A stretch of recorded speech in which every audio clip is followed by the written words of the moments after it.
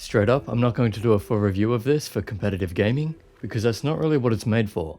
This is for sitting on the couch, relaxing and still using the PC, and for that, it's awesome. There's enough room to rest your hands while you type, with built-in Corsair palm rests.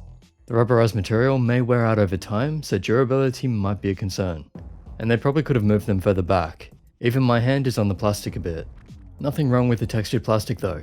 It also feels good. It fits the K63 wireless keyboard, and the K63 is what you would expect from a more budget-friendly Corsair mechanical. Decent quality, but made out of mostly plastic. You'll be able to see the letters in the dark with the blue LEDs, or you can leave them off to save battery. The keycaps are fairly nice, they don't feel cheap or flimsy, although sometimes you can make them pop off. Some people have shown me this on their keyboards, but this is the first time I've seen it personally. It wasn't a problem though, and with Cherry MX switches, they do feel good to type on.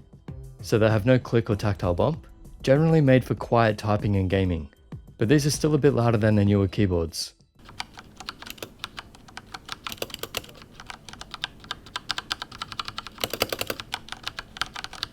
That said, this is the best wireless keyboard I've tried so far. It even has dedicated media keys, so no complaints from me. I love the direction they're taking. Just as always, looking forward to more improvements. Underneath, the padding feels great, soft and comfortable. Might be hard to clean though, so keep that in mind. And same goes for the pad on the right, which is a relatively small cloth pad, but it's been big enough for casual gaming, and you could always raise your mouse sensitivity. It also seems to grip the mouse fairly well. It takes a decent tilt to get the mouse to fall. The dimensions are pretty good. I can sit on the couch fairly comfortably, roughly 67 by 27 centimeters. And unlike the Lapdog, you can actually move this one easily. So with my setup, I use my main TV for editing and random work, and then when I have to do something serious, I just take it up to the desk. Great for putting on lap while sitting in a chair too, if your chair allows for it. So it's good with the Corsair T1 Race, if you have the armrest put back as far as possible. And on the desk, I can leave it charging overnight with these two cables, which I just hide away afterward. The battery easily lasts a day with the lights off, and you can just keep using it by connecting the cable.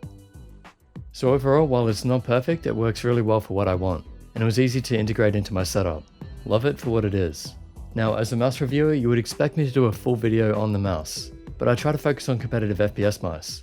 Again, this is a setup made for casual gaming and use, so I'm going to review the mouse for that. As a competitive mouse, it would get a negative review, but as a casual mouse, it gets a positive review. Corsair have great quality on their products, including on this mouse, other than a slight rattle when shaking it, but that's actually quite common on most mice. The blend of rubber grips and plastic feels good to use, and the extra buttons can be changed in the software. Combined with the dedicated media keys, there are plenty of shortcuts you can bind to the two extra buttons next to the left button, and the extra sniper button in the middle of the side buttons. I personally wouldn't like this design for anything competitive, but for casual, they're fine.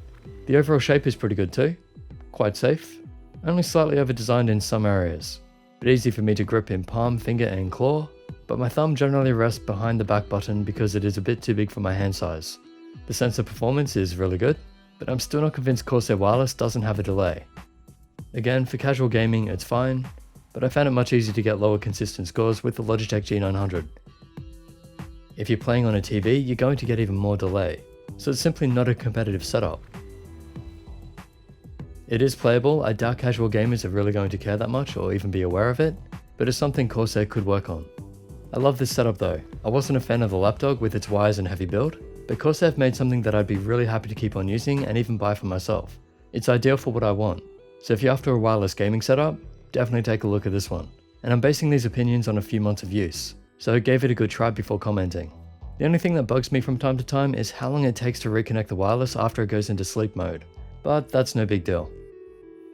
Anyway, hope that helps. Usual links in the description if you want to help support the channel.